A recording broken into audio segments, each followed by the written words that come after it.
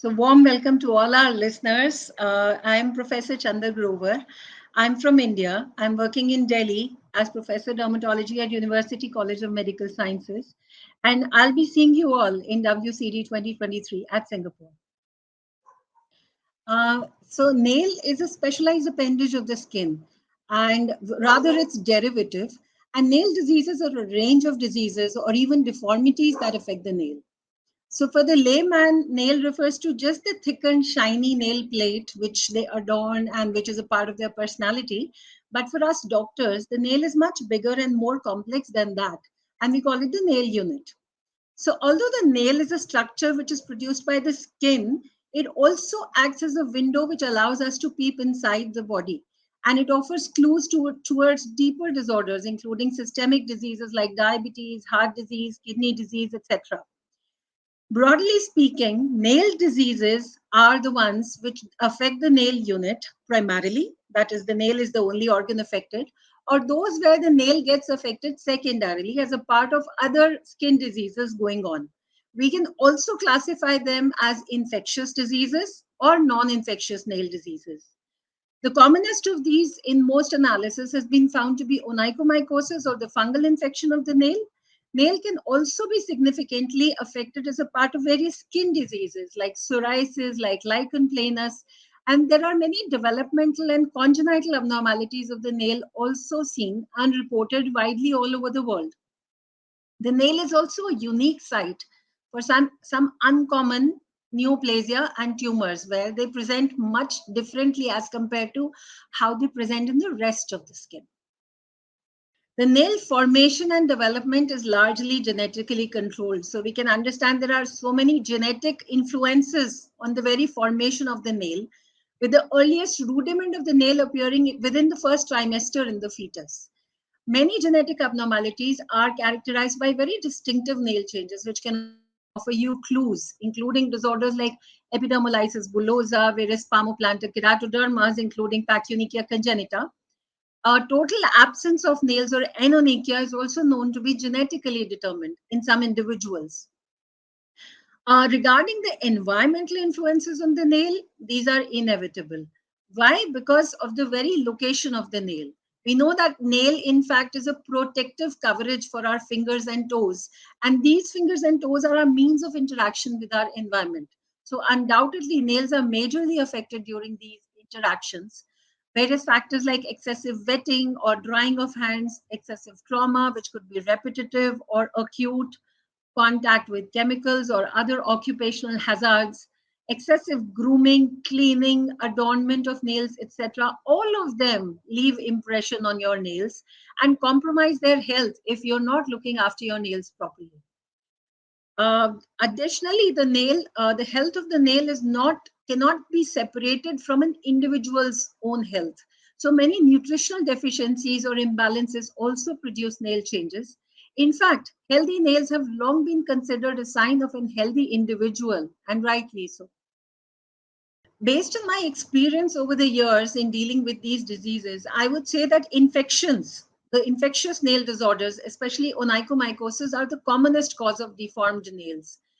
Though the causative organisms will vary geographically, in different areas you find different causative organisms, but broadly the presentations remain the same. Next, I would place maybe chronic paronychia, which is a multifactorial disorder. In fact, it is considered to be more of an eczema rather than an infection. And on similar lines is onycholysis, which is also multifactorial, and eczema is thought to play a major role in its pathogenesis as well. So paronychia and onycholysis are also common, especially in housewives and especially in manual workers. Other than this, nail changes are seen in psoriasis, constituting a large bulk of our patients. And in these patients, nail involvement, in fact, offers a clue to the doctor towards presence of underlying psoriatic arthritis. Nail lichen planus is also seen in many patients with lichen planus, although the incidence is less than psoriasis, but it is no less important. Why? Because it carries the risk of scarring and permanent nail loss. And that is why it should be recognized and treated early.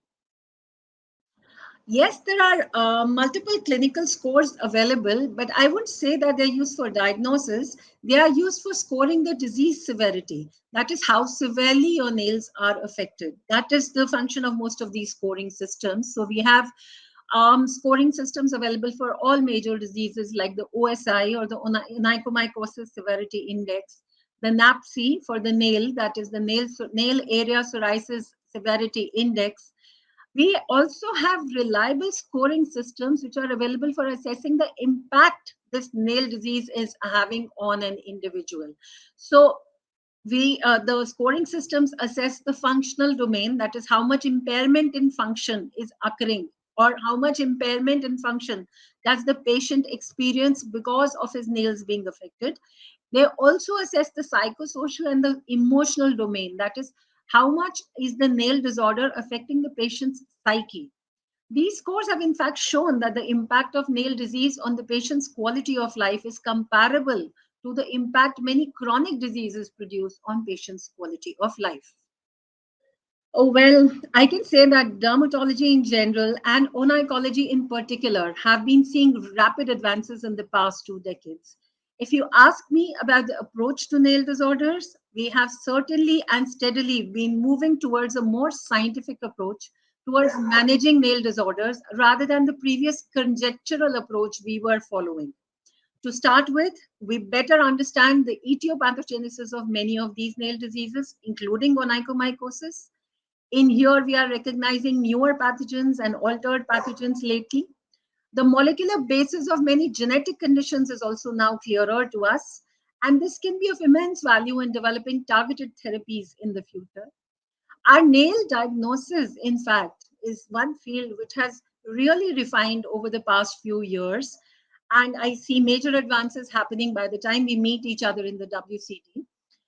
These include the advances in the field of onychoscopy, in the field of radio diagnosis, etc. We now know of many characteristic features and diagnostic criteria which help us diagnose nail diseases with the help of our dermatoscopes. Similarly, the applications of radio diagnosis, especially high resolution ultrasound in the evaluation of nail diseases, is fast catching everyone's fancy. So, high resolution ultrasounds give us very sharp pictures of many nail disorders, and they are being used in routine diagnosis for this purpose. Biopsy techniques have now been refined so much that there is hardly any scope for scarring or nail loss. We also have an enhanced knowledge about the histopathological features of the disease and evolving criteria for various nail disorders. In the field of therapeutics, we have now come to the phase of targeted therapy for nail disease so that we are able to avoid the systemic adverse effects of drugs if the disease is limited to the nails. Our injection techniques have professionally evolved, and we are even using biologic drugs delivered to the nail unit precisely. However, much still remains to be done, and lots of research is required. I'm speaking in the WCD on this topic only. Nail disorders, are we doing enough?